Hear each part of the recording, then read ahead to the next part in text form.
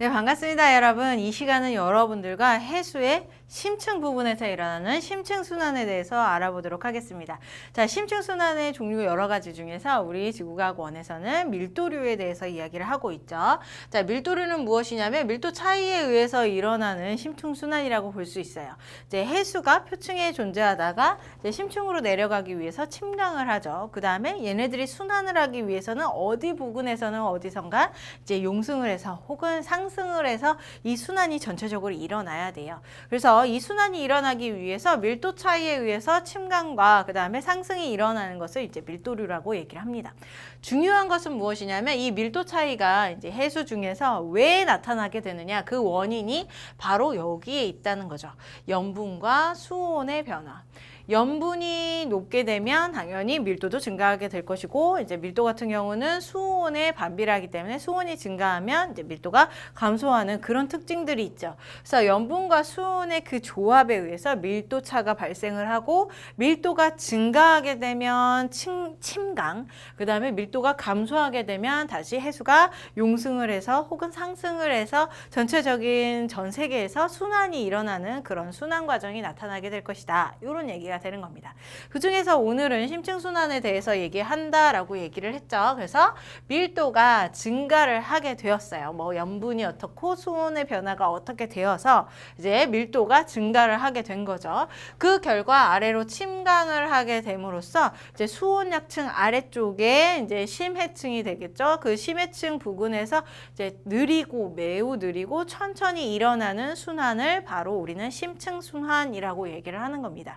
또 하나, 밀도에 의해서 일어나는 순환이기 때문에 이것은 이제 수온과 염분의 수온과 염분의 이제 영향을 받는다. 그래서 열염순환이라고도 얘기를 해요. 열염순환.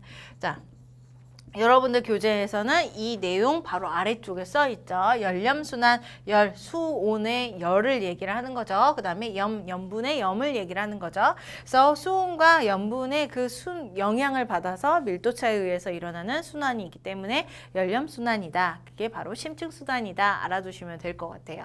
자, 조금 더 얘기를 한번 해볼게요. 얘네들이 바로 심층순환인데요. 심층순환. 자, 얘 같은 경우는 수온 약층 아래쪽에서 일어나는 거예요. 수온 약층 아래쪽에서 일어나게 된다. 또 하나, 굉장히 침강에 의해서 일어나면서 굉장히 느리게 일어나고요. 그 다음에 전 수심에 연결되어서 전체적으로 다 일어나게 됩니다. 그리고 이제 나중에는 이제 상승 부분이 존재하게 됨으로써 표층순환과 함께 연결이 돼요. 많은 교재들에서 컨베이어 벨트라고 하는 표현을 하게 되는데, 심층순환이 일어나고 위쪽에 표층순환과 함께 연결이 되면서 전체적으로 우리 전 세계적으로 이제 해수의 순환이 통으로 일어나게 된다라고 볼 수가 있다라는 거죠. 그래서 여기까지 우리 이제 심층순환의 특징에 대해서 알아봤고요. 그러면 어디에서 침강을 하고 어디에서 이제 용승을 하는지 혹은 상승을 하는지 그 이야기를 한번 해보도록 할게요. 자, 아래쪽으로 가서. 자, 심층순환 위쪽에서 이미 얘기를 한 내용입니다. 수온 약층 아래에서 수온과 염분의 변화에 의해서 일어나는 밀도 차이에 의한 순환이다. 그래서 열염순환이라고 얘기를 했죠. 자, 그리고 매우 느리게 이동을 해요. 그리고 전체 수심에서 발생을 하면서 이제 전 세계적으로 다 연결되어서 일어나게 된다. 그래서 그 특징이 뭐냐면, 일단 수온 약층 아래에서 일어나기 때문에 직접 관측을 할 수가 없어요. 관측을 할 수가 없고요. 그 다음에 세계적으로 일어나기 때문에 이제 우리 저위도와 고위도 사이에 우리 열 에너지, 위도별 불균형이 존재하죠. 그 불균형을 해소시켜주는 복사 평형을 이루게 해주는 게 바로 여기의 특징입니다. 그리고 매우 느리게 이동하는 것들, 이런 것들이 대부분의 특징이다라고 볼 수가 있겠습니다. 자, 고위도와 저위도로 나뉘고 있는데요. 얘네들은 이제 침강하는 지역과 그 다음에 상승하는 지역으로 나눠서 표현을 한 거예요. 자, 고위도 같은 경우는요, 해수가 이제 냉각이 되거나 춥잖아요. 냉각이 되거나 아니면 결빙이 되면서 이제 수온이 낮아지게 되는 거죠. 수온이 낮아지고 그 다음에 염분도 당연히 늘어나고, 이렇게 냉각과 결빙에 의해서 이제 염분이 늘어나게 됨으로써 밀도가 증가를 하게 돼요. 밀도가 증가를 하면 무거워지면서 아래쪽으로 내려가는 침강의 상태가 나타나게 된다. 그 침강한 물은 이제 점점 아래쪽으로 내려갔다가 고위도에서 저위도 방향 쪽으로 느리게 심층순환을 하게 되는 거죠. 자, 이렇게 침강하는 지역을 세 군데, 대표적인 세 군데를 이야기를 한번 해보도록 하겠습니다. 일단은 첫 번째가 남극 저층수가 있어요.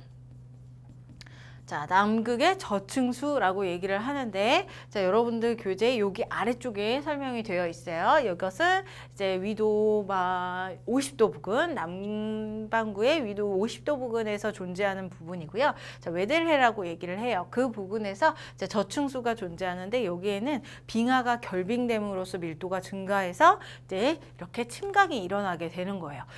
지구 전 세계적으로 봤을 때 가장 밀도가 높은 곳이 바로 여기다라고 볼 수가 있겠죠. 그 다음 이제 우리 북태평양에서 보이는 북태평양 심층수라고 얘기를 해요. 자, 북태평양의 심층수 같은 경우는 해수가 냉각이 되는 거죠. 굉장히 춥기 때문에 냉각이 되면서 밀도가 증가하게 되고 이제 침강을 하게 된다. 그런데 그 밀도를 비교를 해보면 남극의 저층수가 훨씬 더 밀도가 크고, 그 다음에 이제 북태평양 아니죠. 북대서양이에요. 자, 북대서양. 자, 대서양의 심층수가 밀도가 조금 더 낮은 특징을 가지고 있다. 또 하나 여러분들 교재에 없는 아이가 이제 남극 쪽에 있는 중층수예요. 중층수. 얘는 저층이고 그 다음에 그 위쪽에 중층이죠. 얘는 위도 남반구에서 위도 50도에서 60도 부근에서 발생을 하고 있고, 그 다음에 얘도 마찬가지로 밀도가 크기 때문에 침강을 하게 됩니다. 그런데 이 세 군데의 지역을 비교했을 때 밀도 차이는 이제 남극의 저층수가 가장 크고 그 다음에 남극의 중층수가 가장 작다라고 볼 수가 있겠죠. 모두 다 밀도가 큰 부분인 건 맞아요. 그렇기 때문에 침강을 하는 부분이고요. 자, 이렇게 극지방이나 아니면 고위도 부근에서 침강을 한 물은 이제 심층수에 따라서 심해 순환을 따라서 이렇게 쭉 이동을 하다가 저위도로 가게 됩니다. 자, 저위도로 가게 되면은 이제 여기에서 가열에 의해서 이제 많은 증발들이 일어나게 되고 그 다음에 이제 상승이 일어나게 되는 거죠. 그러면서 여기에서 이제 용승 혹은 물의 상승이 일어나게 된다. 여기가 대표적으로 인도양과 그 다음에 태평양이 여기에 속해요. 그래서 인도양과 태평양에서 용승을 하게 되면서 이제 표층수와 함께 연결이 되어서 이렇게 심층수와 표층수, 침강과 상승이 쭉 연결되면서 지구 전체적으로 하나의 순환이 일어나게 되는 것이다 라고 볼 수가 있다는 거죠. 그래서 우리 침강되는 지역, 그 다음에 용승되는 지역, 아까도 얘기했듯이 인도양, 그 다음에 태평양, 이렇게 두 군데와 세 군데를 기억해 주시면 될 것 같아요. 자, 아래쪽에서 조금 더 설명을 한번 해보도록 할게요. 자, 그래서 전 세계적으로 심층순환의 모습을 그려주고 있습니다. 지금 침강하는 해역과 그 다음에 용승하는 해역을 각각 표현하고 있는데, 여기 위쪽에서 이미 얘기한 거예요. 남극 주변의 웨델해, 얘가 바로 저층수예요. 밀도가 가장 큰 부분, 여기 부분을 얘기를 하는 거죠. 자, 그 다음에 북대서양의 그린란드 해역, 여기가 바로 이제 북대서양의 심층수를 얘기를 하는 거예요. 플러스 이제 남극의 중층수까지 해서 이제 세 군데가 바로 대표적인 침강 지역이다라고 볼 수 있고요. 그 다음에 인도양과 태평양이 존재하죠. 인도양과 태평양 해역에서 용승을 하게 된다. 자, 그러면 어떤 순서대로 이제 얘네들이 순환을 하느냐? 먼저는 북대서양의 그린란드 해역에서부터 밀도가 커져서 이렇게 침강을 하게 돼요. 그러면 이제 심층 순환을 통해서 아래쪽을 통해서 이렇게 천천히 느리게 이동을 해 오겠죠. 얘가 대서양의 서쪽 해안을 따라서 쭉 이동을 하다가 어디로 가게 되냐면 남극 쪽을 이동을 하게 됩니다. 자, 남극 쪽으로 쭉 이동하게 되면 남극의 누굴 만나게 되냐면 남극의 웨델해에서 침강한 다시 심층수를 만나게 되는 거죠. 걔를 만나게 되면 이제 합쳐져서 어디로 가요? 점점점 쭉 넓은 바다로 헤엄쳐 가는 게 아니죠. 순환에 가다가 누구와 누구에서? 인도양과 태평양에서, 인도양과 그다음에 태평양에서 위로 용승을 하게 돼요. 그러면 그 용승되었을 때 표층수가 있죠. 그 표층수와 합쳐지면서 표층순환으로 바뀌게 되는 겁니다. 여기까지는 심층순환으로 쭉 오다가 이제 여기 인도양과 태평양에서 표층순환으로 바뀌게 되고, 여기에서 표층순환으로 바뀐 애들은 다시 남극과 그 다음에 북대서양 쪽으로 이동을 하게 되면서 다시 밀도가 증가하면 또 침강하는 그런 순환이 일어나게 된다라는 거예요. 왼쪽 편에서 침강, 그 다음에 오른쪽 편에서 용승. 침강하고 심층순환이 일어났다가 용승에서 표층순환, 그리고 다시 돌아가면 침강에서 심층순환, 다시 올라와서 용승하면 표층순환. 이런 순서로 이제 전 세계적으로 순환이 일어나게 된다라는 거죠. 자, 요 영향으로 우리 지구에서는 어떻게 변화를 받게 되느냐 가봅니다. 자, 역할이에요. 심층순환의 역할. 우리 전 세계적으로 일어나면서 전수심에 따라서 전체적으로 연결되어서 일어난다라고 얘기를 했죠. 그래서 그 결과 지구의 열수지 균형을 맞춰주게 된다. 복사 평형이라고 하죠. 우리 고위도에 부족한 에너지, 그리고 저위도에 이제 과잉된 에너지, 얘네들을 순환시킴으로써 이제 균형을 맞춰줄 수가 있고요. 또 하나 이제 기후 변화에도 영향을 주게 됩니다. 이 순환이 약해지느냐 혹은 강해지느냐에 따라서 이제 대기에 영향을 주게 됨으로써 이제 기후 변화를 초래할 수가 있게 되는 거죠. 또 하나, 자, 침강을 하게 돼요. 얘네들이 침강을 할 때에는 대기 중에 있던 산소들이 표층에 녹아들어 있겠죠. 그런데 이 표층수가 침강을 하게 됨으로써 산소를 머금고 아래쪽 심층수까지 내려가게 돼요. 그래서 심층으로 산소를 공급해줘서 아래쪽에 깊은 곳에서도 생물들이 살아갈 수 있게 도와준다는 거죠. 또 하나 용승을 하게 되죠. 이번에는 자, 용승을 할 때에는 아래쪽에는 많은 영양염류들이 존재합니다. 그런데 그 차가운 영양염류들이 용승을 하게 됨으로써 위쪽에서 표층 부분에서 그 영양염류들을 먹이 삼아서 많은 물고기들이 살아갈 수 있게 해주는, 자, 여기에서 영양염류, 자, 영양염류도 제공을 공급을 해줄 수가 있다라는 것 이렇게 알아두시면 될 것 같아요. 심층 이거는 침강에 의해서 요거죠. 산소 공급을 하고, 그 다음에 자, 용승에 의해서 영양염류를 표층에다가 공급함으로써 어장을 형성할 수 있게 해주는 것이 바로 이제 심층순환의 역할이다라고 봐줄 수가 있겠네요. 자, 여기까지 잘 정리를 하시면 이제 문제에 대입을 하실 수 있을 것 같습니다. 문제 풀어보도록 하겠습니다. 자, 북대서양 심층수와 남극 심층수가 있어요. 둘 다 침강하는 애들이죠. 그래서 밀도가 큰 애들인데 두 개를 굳이 비교를 해보면 남극 저층수가 더 밀도가 크다. 북대서양 심층수보다. 자, 그것을 가지고 이제 실험을 하는 겁니다. 지금 봤을 때 20도씨의 물을 받아놓고 A와 B에 각각 4도씨와 15도씨의 물들을 넣어놨대요. 그리고 농도는 동일하다라고 얘기를 하고 있습니다. 그 다음에 이제 잉크로 얘네들을 구분을 하고 콕을 열어서 얘네들이 각각 섞이는 모습을 봤더니 A에서 나온 애들은 아래쪽으로 더 가라앉고요. 그 다음에 B에서 나온 애들은 조금 더 위쪽에 가라앉게 되더라. 지금 여기 20도씨에 있는 수돗물보다는 얘네들이 밀도가 크기 때문에 아래쪽으로 가라앉은 거 알 수 있고, 그 다음에 A와 B를 굳이 비교를 해본다면 A의 밀도가 더 큰 걸 알 수가 있겠죠. 그럼 이 밀도가 더 큰 A라고 하는 애가 남극 저층수를 대표하는 애들이고, 그 다음에 B가 바로 북대서양 심층수를 대표하는 애들이다라는 걸 알 수 있어요.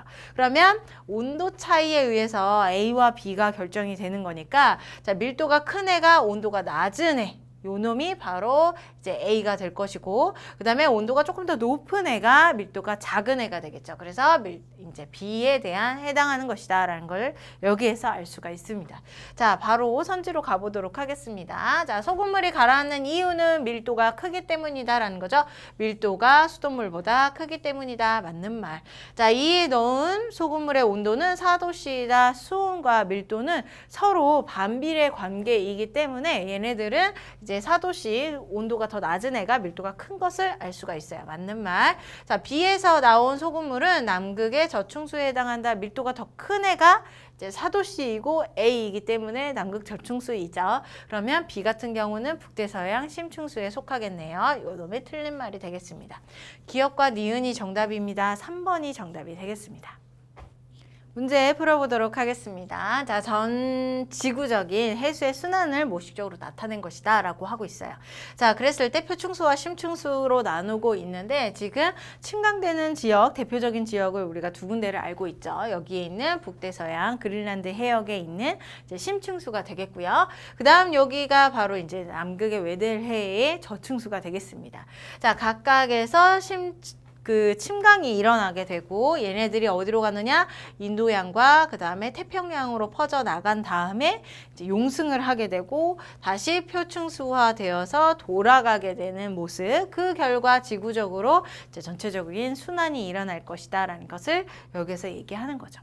자, 선지로 갑니다. A 해역에서 침강이 강해진대요. 그러면 이 순환은 당연히 더 촉진이 되겠죠. 그래서 약화되는 게 아니라 촉진될 것이다. 자, 이 순환은 열 에너지를 고위도로 수송한다. 네, 이 순환은 지구 전체적으로 일어나게 되면서 저위도에서 고위도로 많은 에너지들을 이동을 시켜줄 수가 있어요. 그래서 자, 고위도로 수송하는 게 맞습니다. 이 순환의 변화는 지구 기후에 영향을 준다. 자, 이 순환에 의해서 어떨 때 강하거나 어떨 때 약해질 수가 있습니다. 이 순환이 약해지거나 강해지게 되면 위쪽에 있는 대기들이 영향을 받게 됨으로써 기후에 영향을 주게 되는 거죠. 맞는 말이 되겠네요. 니은과 디귿이 정답이라서 자, 5번이 정답이 되겠습니다.